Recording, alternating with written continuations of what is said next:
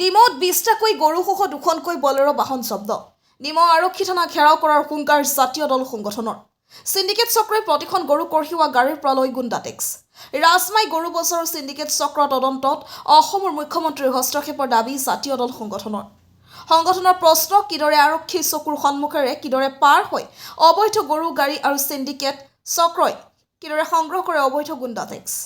ডিমৌ আৰক্ষী থানাৰ অন্তৰ্গত বৃহস্পতিবাৰে পুৱতি নিশা ডিমৌৰ কাষৰীয়া ৰাজমাইত স্থানীয় যুৱকৰ এটা দলে 20টা গৰুসহ 2খন বলেৰো বাহন ডিমৌ আৰক্ষীক গতাই দিয়ে।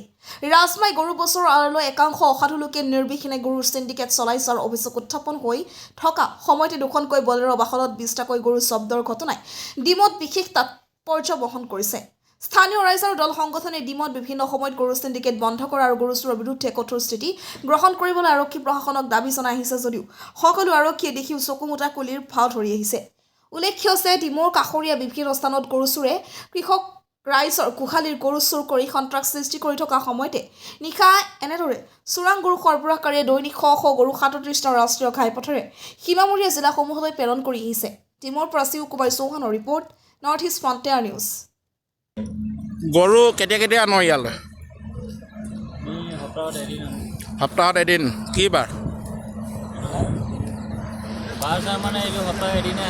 সপ্তাহত এদিনে আহে। ইয়াত তহঁতি কিমান টকা দিয়? কিহৰ কাৰণে দিয় পইচাটো? আজি বাৰটো কি বাৰ সেইটো ক? শুকুৰবাৰ ৰাজমাই বজাৰ বহে নি? কি বাৰ বহে? দেওবাৰে তহঁতি গৰু বজাৰ গৰু হাত খোৱা পইচা দিয়। আজি শুকুৰবাৰ দিন কিহৰ পইচা দিয়? আমি কেনেকৈ এইবিলাক মালিকবিলাকে জানিব। কিহৰ পইচা দিয় সেইটো কথা পাত। মালিকে দিব কৈ কাৰণে দিওঁ ন।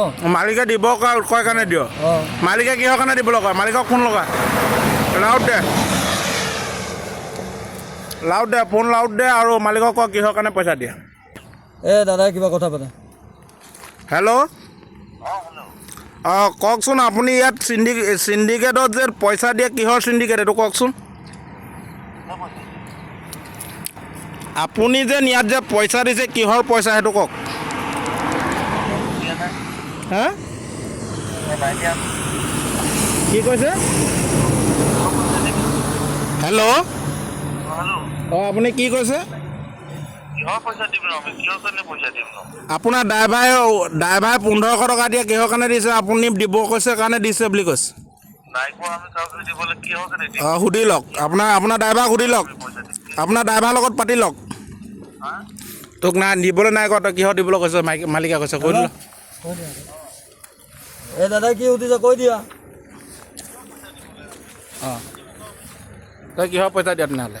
ডিমৌৰ ৰাজহ চক্ৰৰ অন্তৰ্গত থকা ৰাজমাই গৰু বজাৰৰ সিন্ডিকেট আচলতে গোটেই এটা সৰব চৰ্চা হৈছে সচেতন ৰাইজৰ মাজত, আৰু ইয়াক লৈ সিন্ডিকেটসমূহ বন্ধ কৰিবৰ কাৰণে বা গৰু চুৰ বন্ধ কৰিবৰ কাৰণে বিভিন্ন জাতীয় দল সংগঠন আৰু কৃষিজীৱী ৰাইজে ভুক্তভোগী ৰাইজে ইয়াৰ প্ৰতিবাদ কৰি আহিছে।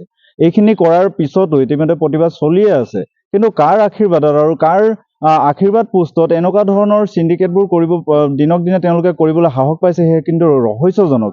ইতিমধ্যে যোৱা পুৱতি নিশা ৰাজমাই গজালিৰ কাষতে লক্ষী মন্দিৰৰ সমীপত 2টাকৈ DI গাড়ী ৰখাই ৰাজমাইৰ সিন্ডিকেট চক্ৰই পইচা তুলি থকা অৱস্থাত তাৰে স্থানীয় সচেতন যুৱক এগৰাকীয়ে হুদা পোছা কৰি গোটেই গাড়ীখিনি তেওঁলোকে থানাত চমজাই দিছে। সোধ পোছ কৰি থকা সময়ত সিন্ডিকেট চক্ৰই আচলতে সেই সচেতন ব্যক্তিজনক তেনেকুৱা ধৰণৰ গালি গলাজ আৰু দাবী ধমকি দি ভাবুকি দিছে। গতিকে এইখিনি কথা আচলতে সহ্যকৰ বাহিৰত হৈ গৈছে। সেইটো কাৰণে আমি অসম চাহ জনজাতি ছাত্ৰ সন্থা আৰু ডিমৌৰ যিমান জাতীয় দল সংগঠন আছে সকলোৱে ইয়াৰ তীব্ৰ প্ৰতিবাদ কৰিছে আৰু বিৰোধিতা কৰিছো। ইতিমধ্যে যি 2খন গাড়ী জব্দ কৰিছে, এই 2খন গাড়ীৰ ওপৰত এক নিখুঁত তদন্ত কৰি আইনী প্ৰক্ৰিয়াৰে তাৰ ডকুমেণ্টছবোৰ সঠিক আছেনে নাই, কেটেল পাৰ্মিট ইতিমধ্যে নাই, আৰু কেনেকৈ তেওঁলোকে কেটেল পাৰ্মিট নোহোৱাকৈ ডিমৌ থানাই বাদেই দিলো অসমৰ সকলো থানাৰ সন্মুখেদি পাৰ হ'ব পাৰিছে, এয়া এটা বৰ ৰহস্যজনক। ইয়াতে এটা প্ৰশ্ন উত্থাপন হৈছে যে এই গাড়ীসমূহৰ পৰা কেটেল পাৰ্মিট নথকাৰ বিনিময়ত থানাসমূহে আচলতে প্ৰত্যেক বজাৰৰ দিনাই তেওঁলোকে ইয়াৰ পৰা এটা কৰ সংগ্ৰহ কৰি লয়, তাৰ পৰা এটা টেক্স লয়, যিটো টেক্স আচলতে কোনো ধৰণৰ চৰকাৰৰ ঘৰত নাযায়, প্ৰশাসন বা পুলিচৰ পকেটত সোমায়। এইখিনি কাৰবাৰ বন্ধ কৰিবৰ কাৰণে আমি অসম চাহ জনজাতি ছাত্ৰ সন্থাৰ লগতে জাতীয় দল সংগঠনে ইয়াৰ দাবী জনাইছো। অন্যথা আমি ইয়াৰ প্ৰতিবাদত হয়তো আমি ডিমৌ আৰক্ষী থানাৰ আমি ঘেৰাও কৰিবৰ কাৰণে বাধ্য হ'ম। ৰাতি 1:40 মান বজাত মই দোকান বন্ধ কৰি ওচৰৰ দোকান এখনত তামোল খাবলৈ গৈছিলোঁ। তামোল খাই থকা অৱস্থাতে মই প্ৰত্যক্ষ কৰিলোঁ যেন দুখন DI গাড়ী ৰখাই চিণ্ডিকেট পাৰ্টি এটা পইচা সংগ্ৰহ কৰি আছিলে। মই লগালগ ওচৰলৈ আহিলোঁ। ওচৰলৈ আহি মই সোধপোছ কৰিলোঁ যে কিহৰ পইচা লৈছে বুলি কওঁতে তেওঁলোকে মোক দাবী ধমকি দিছে। দাবী ধমকি দিয়াৰ লগতে আহি আছোঁ এইবোৰ কিবা কিবি কৈছে মেলিছে। তাৰপিছতে মই গাড়ী ড্ৰাইভাৰকেইজনক সুধিলোঁ যে কিমান পইচা দিছে। 1500 টকা লৈছে বুলি কৈছে। মই কিহৰ পইচা দিছে? আমাক পাৰ কৰি দিয়া বিনিময়ত 1500 টকা লয় বুলি কৈছে এখন গাড়ীৰ পৰা। লগোৱাবাৰী লক্ষী মন্দিৰ সন্মুখত। তাৰপিছতে তেওঁলোকৰ চিণ্ডিকেট পাৰ্টি হয়তো থানাত অৱগত কৰিলে। থানাও ঠিক অলপ দেৰি পাছতে থানা গৈ তাত উপস্থিত হ'ল। থানা উপস্থিত হোৱাৰ পাছতে মোক কৈছিলে যে গাড়ীখনৰ কাগজপত্ৰ ক্লিয়াৰ আছে, পঠিয়াই দিব লাগে। কিন্তু মই তেতিয়া ক'লোঁ যে সেইটো আপোনালোকৰ আইনৰ প্ৰক্ৰিয়া হয়। আইনে যদি আপোনালোকে পঠিয়াই দিব বিচাৰে পঠিয়াই দিয়ক, মই আইনক চমজাই দিছোঁ। তাৰ পাছতে তেওঁক যেতিয়া সেইখিনি কথা কোৱাৰ পাছতে তেওঁলোকে গাড়ী দুইখন থানালৈ লৈ আহে। থানালৈ আনি আৰু মোকো থানালৈ মাতি লৈ আহে। মই ৰাতি থানালৈ আহিলোঁ। কিন্তু ৰাতি মই কোনো এজাহাৰ দিয়া নাই। এতিয়া মই বৰ্তমান এজাহাৰ দিবলৈ আহিছোঁ। কিমান আছিলে গাড়ী দুখনত? গাড়ী এখন গাড়ীত 11টা আছে বুলি কৈছিলে, এখন গাড়ীত 8টা আছে বুলি কৈছিলে। 12টা এতিয়া হয়তো তেহেঁতি মোক 8টা বুলি কৈছিলে, কিন্তু এতিয়া বেছি ওলাইছে যি তেওঁলোকে জানে।